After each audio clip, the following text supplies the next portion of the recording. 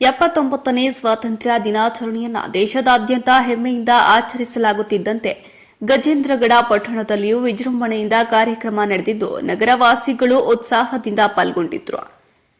ಗಜೇಂದ್ರಗಡದ Sairam trust ಅಧ್ಯಕ್ಷರಾದ ಡಾ Ramashastri GS ಜಿರೆ ಧ್ವಜಾರೋಹಣ ನೆರವೇರಿಸಿದರು. ಧ್ವಜಾರೋಹಣ ಬಳಿಕ ಅವರು ದೇಶಭಕ್ತಿಯ ಸಂದೇಶಗಳನ್ನು ನೀಡಿದರು ಮತ್ತು ನಮ್ಮ ಯೋಧರ ತ್ಯಾಗವನ್ನು ಸ್ಮರಿಸಿದರು.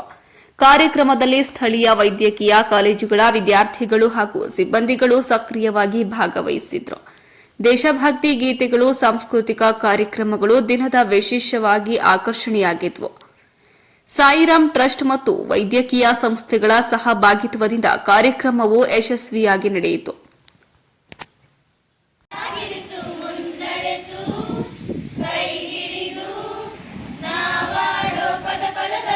ಸಂಚರಿಸು ಹೂವಲ್ಲಿ